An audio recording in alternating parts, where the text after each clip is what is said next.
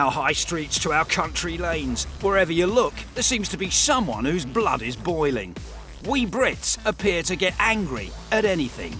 What makes me angry is people texting on their mobile phones and not looking where they're going. The woman I live with. I think men. Politicians. People being rude. Bus drivers. Just being angry makes me angry. Most of the times I'm angry with myself. But could we be getting angry simply because of where we live? Basically, we're a very small island. Very small island with 65 million people. We have an economy that we're struggling in. We're waking up to broken relationships. We're constantly being screwed over by the government, the bankers, the system in some form or another. You wake up to that every single day, and if it's not you experiencing it, it's somebody down the road experiencing it. So it means that we have a heightened level of aggression in our society, undoubtedly. Why wouldn't we be becoming more aggressive? Why wouldn't we become more angry?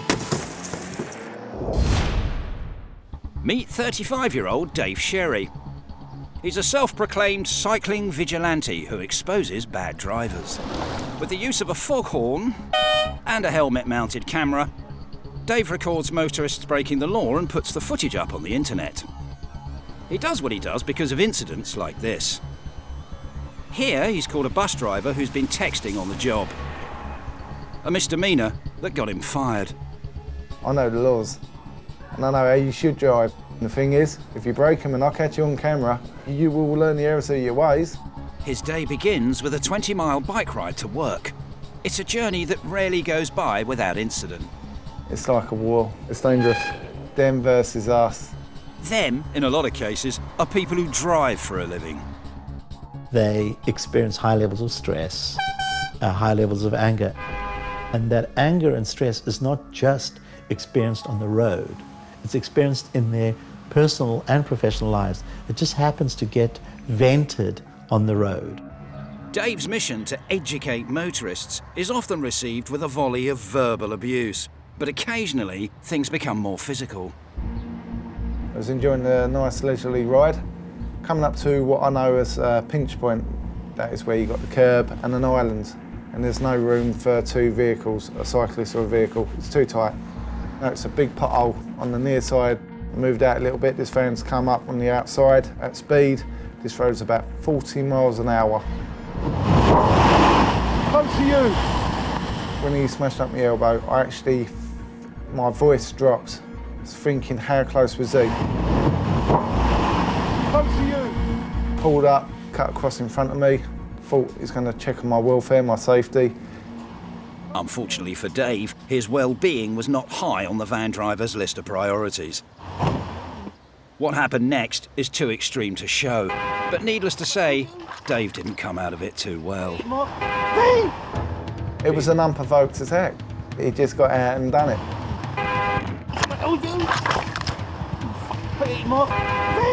Next thing you know, he's just assaulted me. I can defend myself. I fell back, smashed my head on the rock. I nearly blacked out. My eyes went all dotty-fied and my ears started whistling. Oh, near a pothole there. You hit a pothole, you hit the van? Idiot. I'm driving around a Chinese. Right, if I can touch your van, mate, you're far too close. There are so many increasing incidents of road rage now because we have so much more population and density on our roads, and that means you've got millions of people driving around with various emotions, starting off the day in a bad mood, which leads to these kind of events. What do you mean I'm far too close? I'm on right round ya. Point there, brother.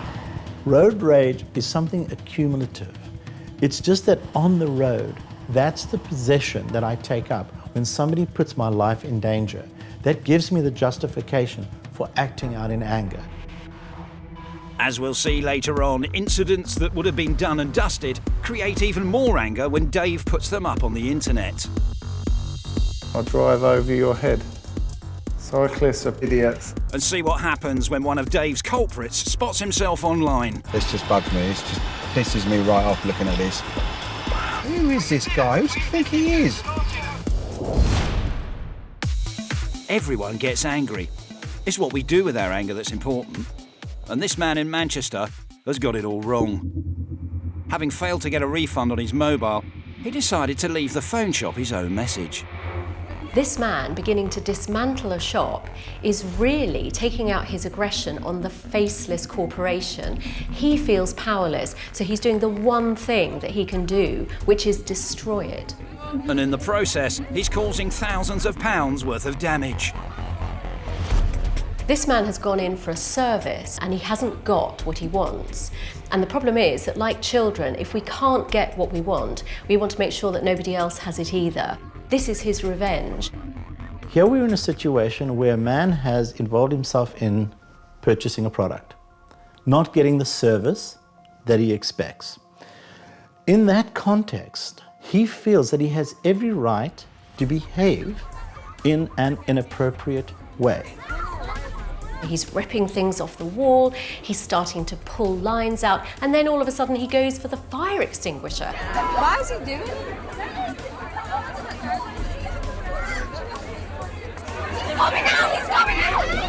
The crowd outside may think he's done, but this bloke is far from finished. Back he comes again with yet another fire extinguisher. It's actually a bit like a toddler who's beginning to work out that nobody's taking any notice of the tantrum, therefore I'd better up the ante. It's possible that he had begun to notice that he had an audience. For some people, this man is the hero. He is taking on the faceless corporation that we've all wanted to address in some shape or form, but he has had the guts to do it. Unfortunately, what he's done is also illegal, and finally security arrive and bundle him into a corner. As the police join to cuff him, he seems almost relieved. In the context of anger management, there is a healthy way of behaving and there's a really unhealthy way of behaving. He feels that he has every right to behave in whatever way he wants to. The problem, of course, is that he has to deal with the consequences. And the consequence in this case was a 12-month community order. Coming up, this woman's anger gives her partner food for thought. He has been there 100 times before, and he knows that she has potential. Road rage is a little different in the countryside. What is really not appropriate is when I become aggressive. He's just arrogant and just assumes that he can get away with whatever he wants to. And revolution comes to town. Everybody knows that there are loads of young, angry people, and somebody decides that the next best idea is to drive Camilla and Charles through there. Off with their heads! Off with their heads!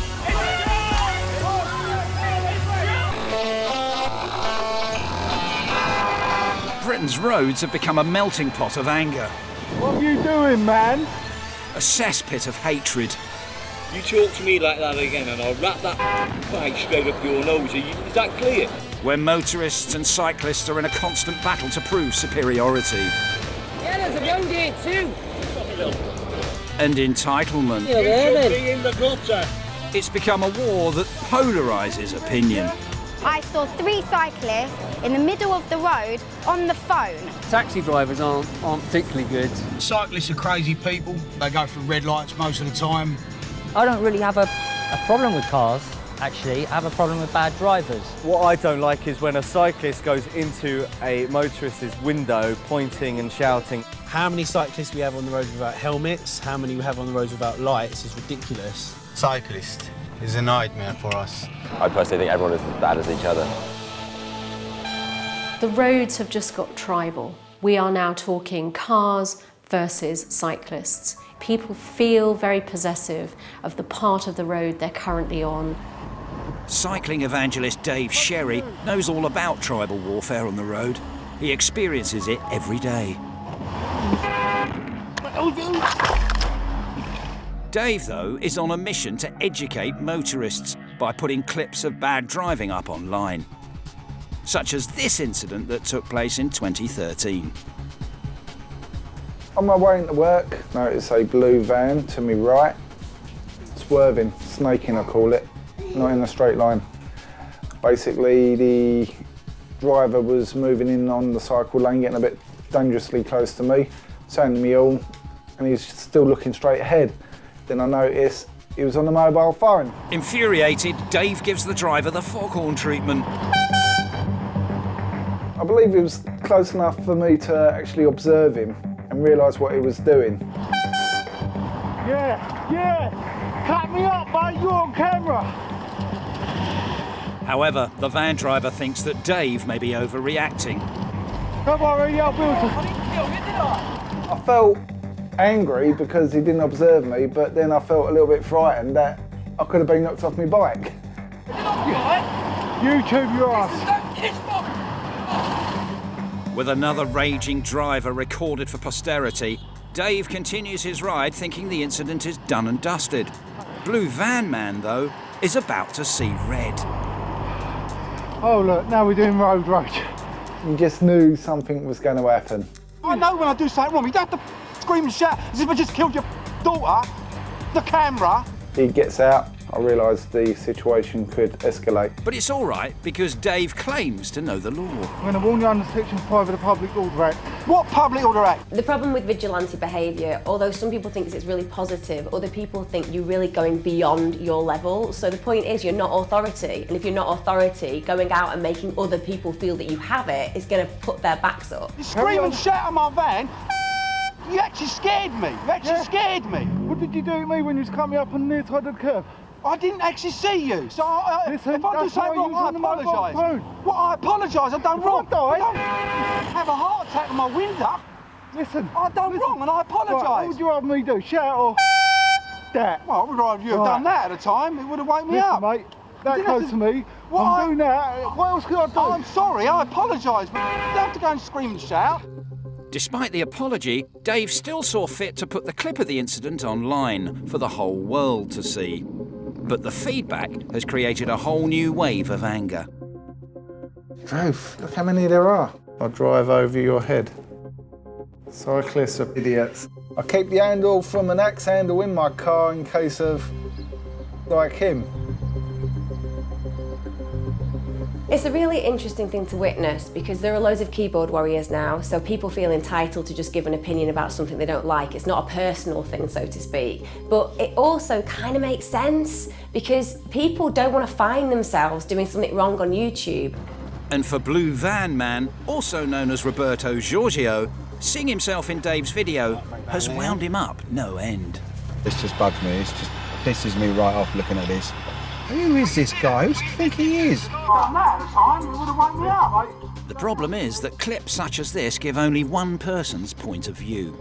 The culprit, in this case Roberto, doesn't have any real right to reply. The potential is there for this conflict to escalate because you have people commenting. The person who was being filmed can feel judged, and the very thing you're hoping to minimise against actually comes about. Greater conflict, war on the road. I've never had an incident like that with a cyclist before.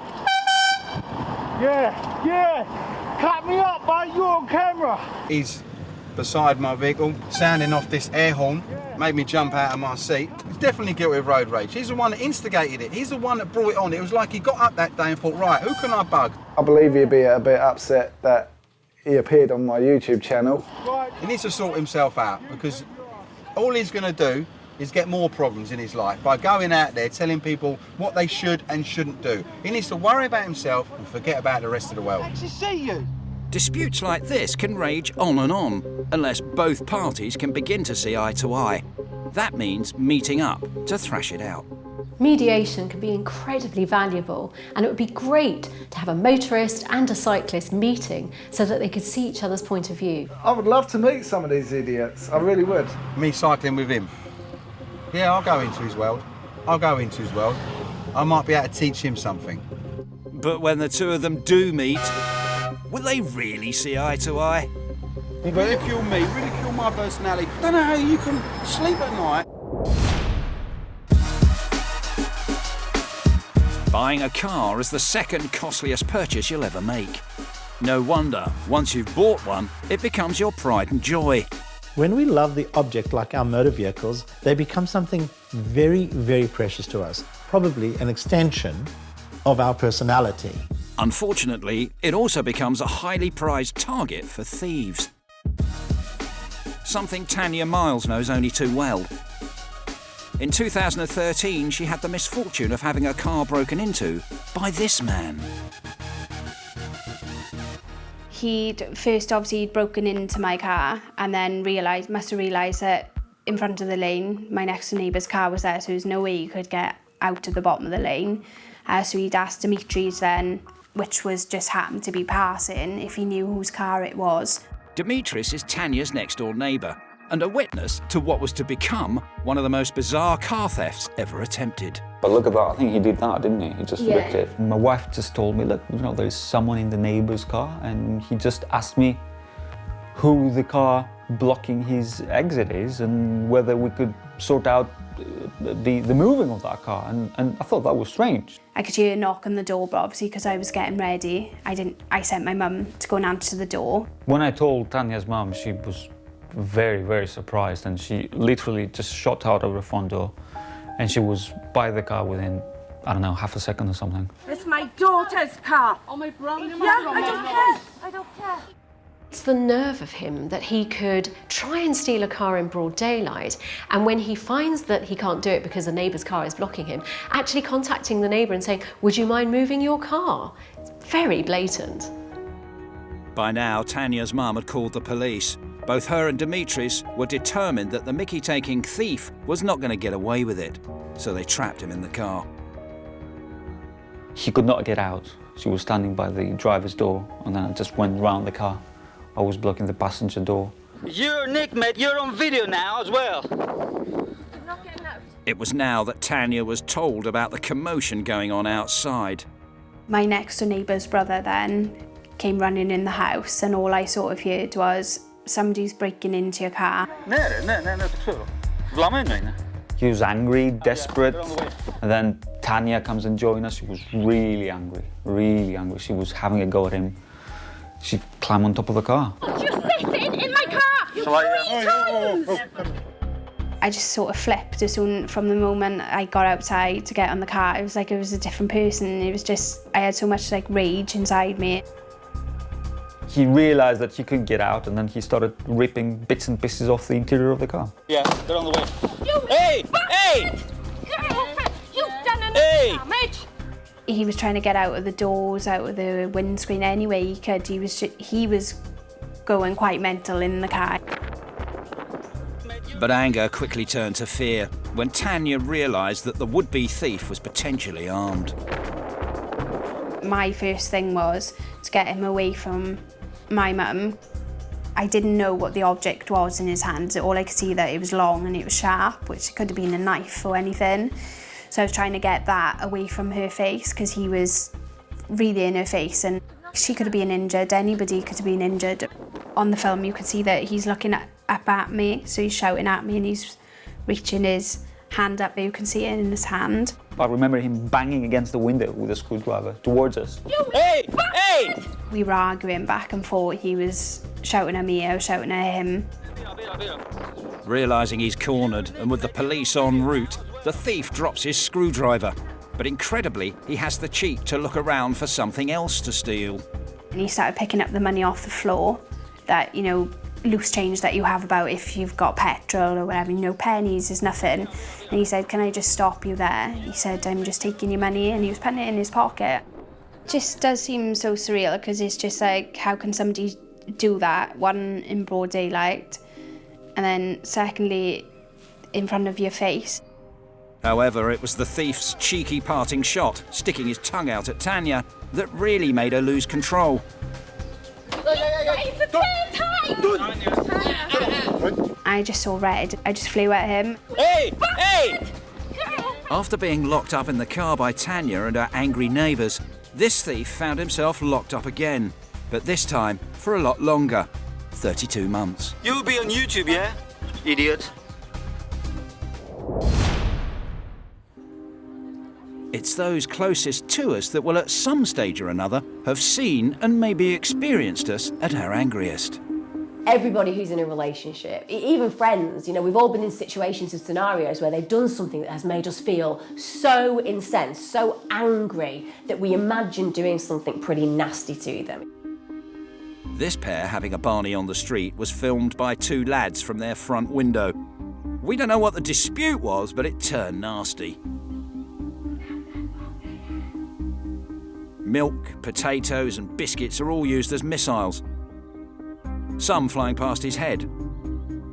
Some hitting the target. With the groceries now lying in the grass verge, she resorts to battering him with the trolley as onlookers pass by. The onslaught is relentless as she slaps him, whacks him, before once again clobbering him. Then, as a final assault, she picks up the discarded groceries and flings them back in the opposite direction. Her partner shows just that stoic acceptance. He has been there 100 times before, and he knows that she has potential, so he avoids the conflict further. Throughout the attack, people look on, but nobody intervenes. How awful that people just walk by and, there's a workman just getting on with his work and somebody is basically in quite a threatened situation. But it's like people put a comedy sway on it. Even the people watching were laughing. There's like sniggering and laughing from behind the curtains. And that strongly suggests that people were not actually taking the incident seriously. There is this distinction between anger and aggression. Anger is the simple understanding that I can just say to you without any drama, without any screaming or shouting, I feel angry with you. That's anger at its most healthiest. It's absolutely fine to communicate and express your anger, certainly from where I'm sitting. But what is really not appropriate is when I become aggressive and I don't think about the consequences of my behavior and how it impacts the people around me. I really wonder how it would have been if it had been a guy attacking a woman. I don't think that people would have been laughing behind the curtains at that point. After the break, the cycling vigilante has shown the error of his ways. Ridicule me, ridicule my business, ridicule my personality, ridicule everything about me. Civil war breaks out in the Cotswolds. Stop, bro! Oh, I got a horn! I've been threatened with a knife, thrown forcibly down a bank by a big burly farmer. And a trip to the theatre has more drama than expected for one royal couple.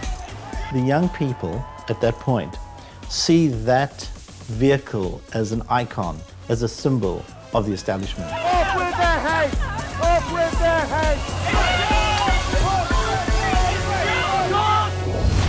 Dave Sherry, the cycling evangelist, spends his time exposing bad driving habits and putting the evidence online. I'll report you to the old bill. Not all of his victims are happy about what he does, though.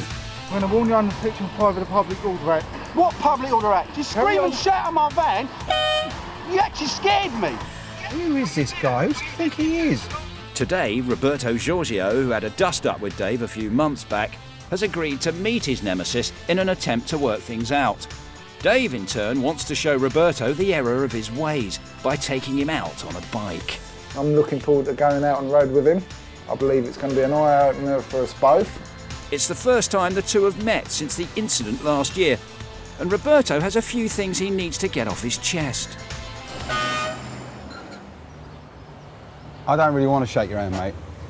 This ain't a joke for me, you know that. If I've done something wrong, just come up, sit beside my window, say, excuse me, mate, tap, tap. But doing that foghorn, it winds people up. It just rattles me right now, just thinking about it. I know. You know it does, you know it does. And I ain't out to look for trouble. I give people the opportunity to understand the errors of their ways. You don't give the opportunity because you scream and shout, YouTube your reg. Well, come on, YouTube man. your ass, but... YouTube your ass, YouTube your reg. That ain't a way to do it. Come on, if your kid does something, you've got kids and they do something wrong, you don't put it on public TV outside the front of the house, do you? I know. You know that. It's not fair. It's not right. And I don't know how you can sleep at night putting that on screen when someone out there is going to catch you one day and go for your bike, not accidentally, on purposely, just because you made them look a mug. I'm not going to do that because I think I've done wrong. I still don't know what I've done wrong, by the way. I'm highlighting it. But the way you're going around is like you are the one who's in total control. It's like you are undercover, CR5, MR5, whatever. You're just a normal person like me. I feel like you hate everyone out there. No. I just want to highlight. I don't mind so much what you're doing. I just think you should do it a different way. Channel it in a different sense. Yes. We're on the same. Right. We're singing from the same sheet now. Dave wants Roberto to see why he feels the need to educate motorists. Roberto wants to show Dave that he's going about it in the wrong way. You got pissed off, you saw red, I saw red, and red mist, and it don't get it's too wrong, don't make it right, do they? On the streets, it doesn't take long before Dave does what Dave does best, showing another motorist the error of her ways. It always amazes me how someone can be in control of a vehicle whilst eating dinner. It's not long before the hunted becomes the hunter, and Roberto spots a driver on a mobile phone. About the mobile phone business while you're driving, you realise how dangerous it is. You've got other people's lives in your hands.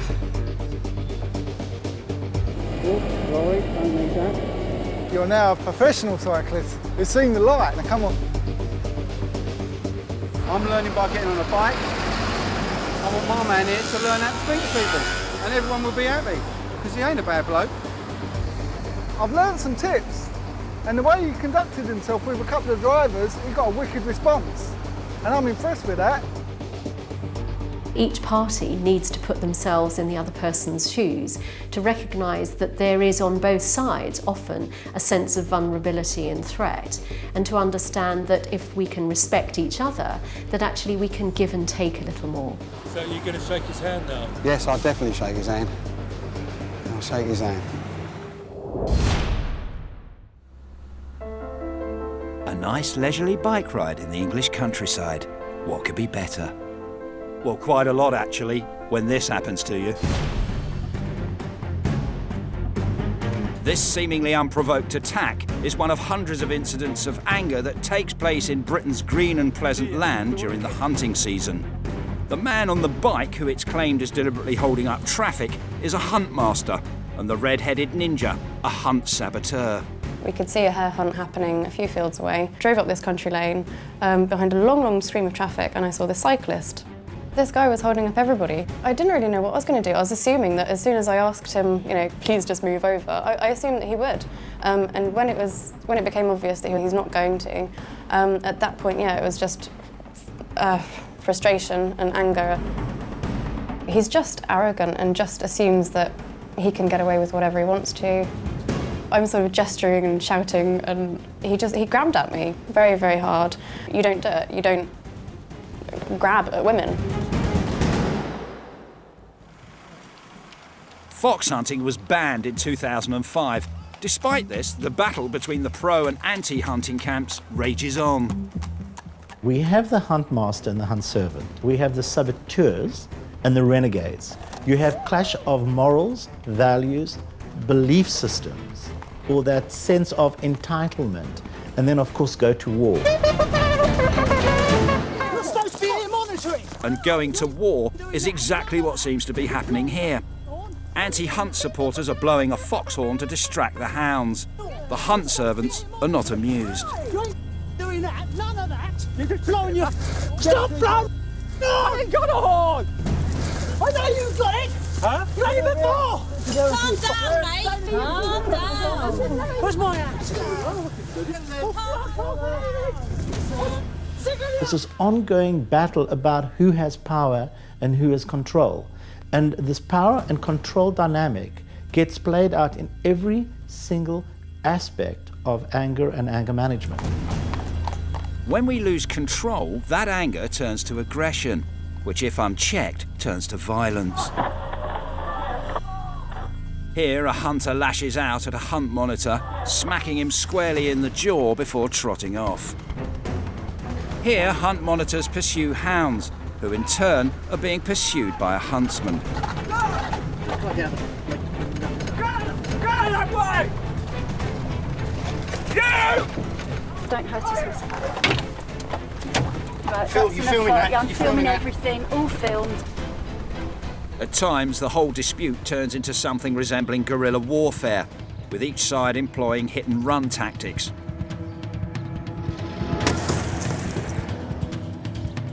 All this is nothing new to 67-year-old grandmother of 8, Judy Gilbert.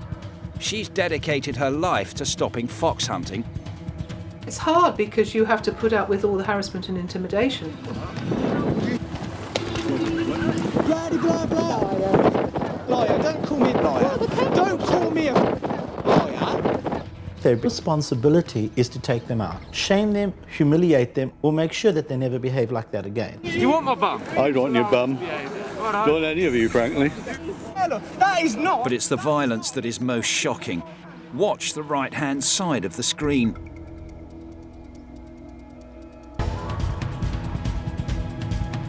Judy, remember, is an OAP.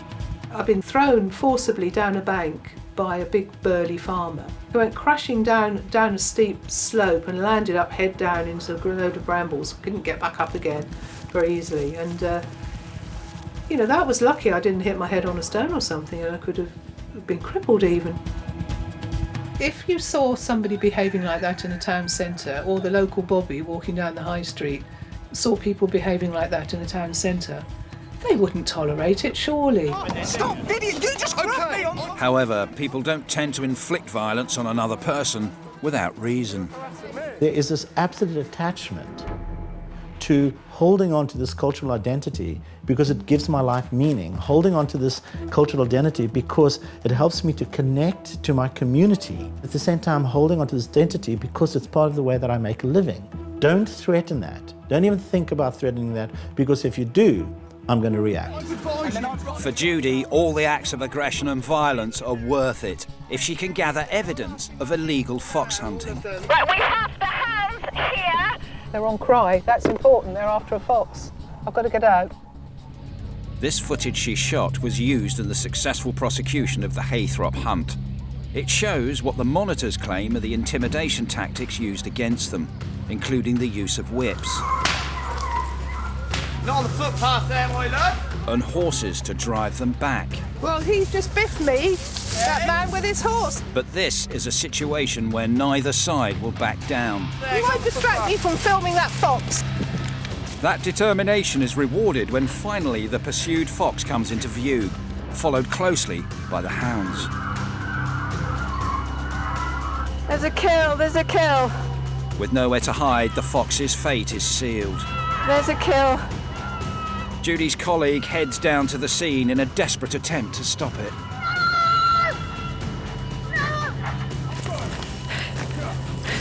In the process, she films the damning evidence of the kill.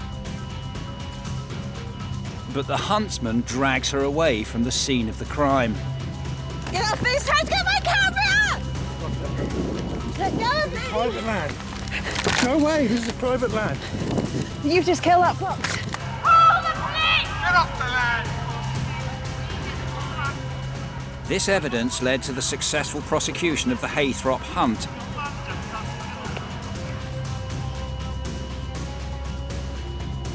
We asked both them and the Countryside Alliance to comment on the issues of anger during the hunting season. However, both declined. A battle may have been won, but for Judy, the war still continues. Anger drives you on, doesn't it? To try and make a difference to things you think are wrong. But the anger in this issue is two-sided and is unlikely to subside anytime soon. If the pharmaceutical companies could produce a drug to numb anger, guess what? That's what they would do. But right now, they actually haven't found the ingredient to numb anger. That's why it's the most powerful force on this planet.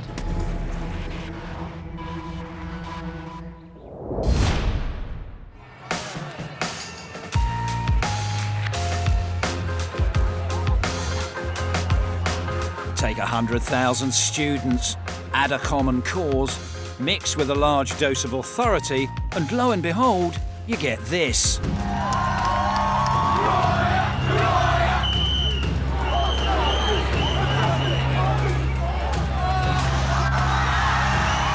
In late 2010, students from across Britain descended on London in a series of protests against tuition fees. It all got angry. Very angry indeed. They were angry that the government were lying to us. They were angry that the government are spending money on things like war and bankers' bonuses and yet not paying for education. More and more people can't afford to go to university, it's as simple as that. And people think of university as an elitist system, but it wasn't. What really made the students see red was the fact that they felt the government had lied to them, having promised not to raise tuition fees, but doing it anyway. So on the first of the protests, they took the fight straight to the government at Millbank. Well, I think the thing that sparked the students off at Millbank was the fact that this was the headquarters of the Tory party. These are the people that were putting through the raising of tuition fees. With thousands of students packed into Millbank's tiny courtyard, a mob mentality took hold and the complex was stormed.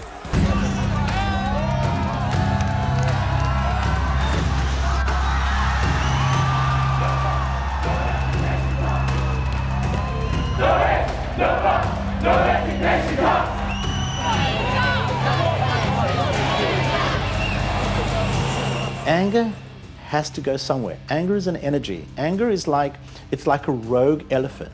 It's one of the feelings that I can't stop. The students swarmed all through Millbank Tower, causing thousands of pounds worth of damage. It resembled something close to a revolution. But as we shall see, this conflict was about to explode as first the police hit back. Only for the students to take their fight directly to the royal family. Off with their heads! Off with their heads! Tory scum! Welcome to Angry Britain. We've already seen angry customers. It's a bit like a toddler having a tantrum. Angry motorists. Angry country folk. And angry couples. But now it's strength in numbers as the students take to the streets to vent their anger.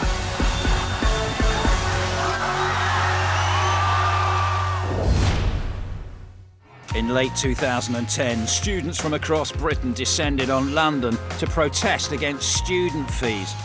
In the first of the mass protests, the Tory party's headquarters at Millbank was stormed, causing massive destruction.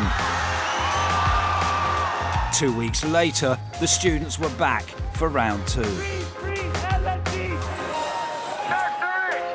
To start with, the students were in very high spirits, coming together to campaign against the government. But this rapidly changed once we saw the police attacking us.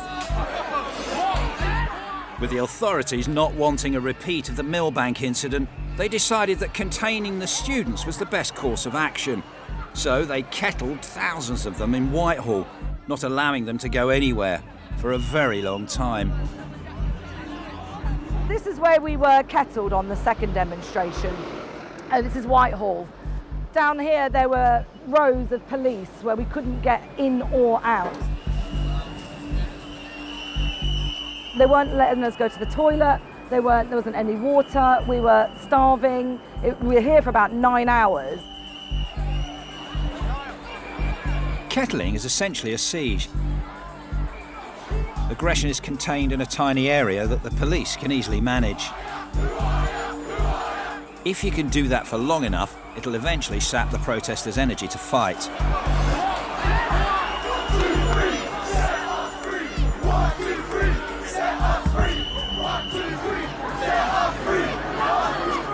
That process was speeded up after the students vented their anger on a police van.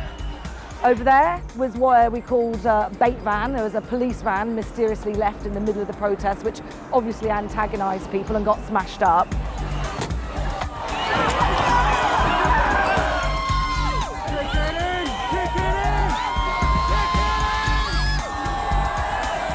The young people at that point see that vehicle as an icon, as a symbol of the establishment.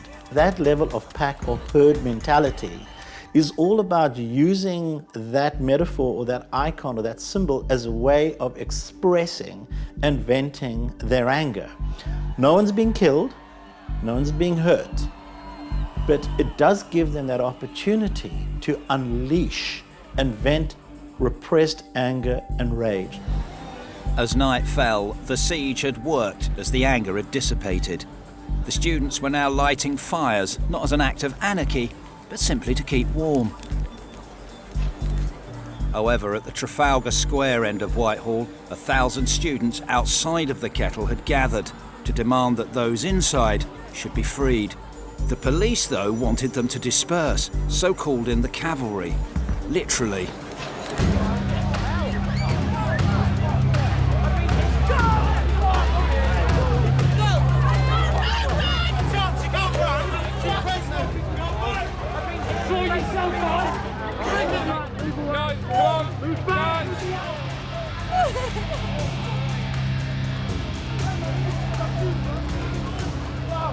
This, however, was only the second of 4 planned protests.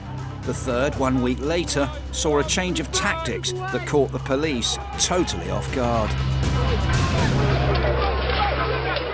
We called it the cat and mouse demonstration because after having been kettled in Whitehall for so many hours, students decided to take a different tactic, which was to meet up, but then split up and have lots of different kind of protests across the city.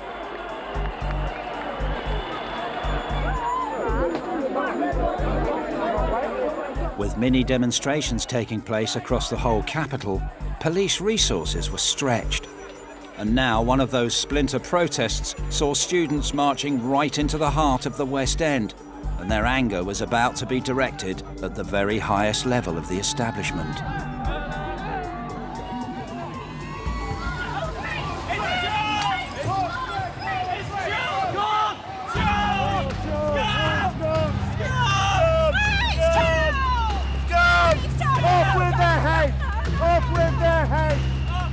Everybody knows that there is a protest going on, and everybody knows that there are loads of people, young, angry people who feel very, very betrayed, and somebody decides that the next best idea is to drive Camilla and Charles through there.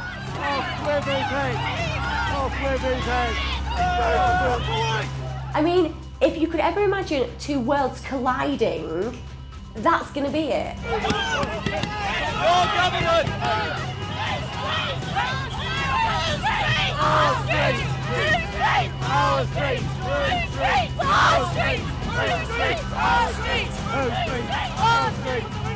Really, you just have to ask yourself, what was that individual thinking? It's got a nice day out, up through that square. Quite a few young people there, it'll be good.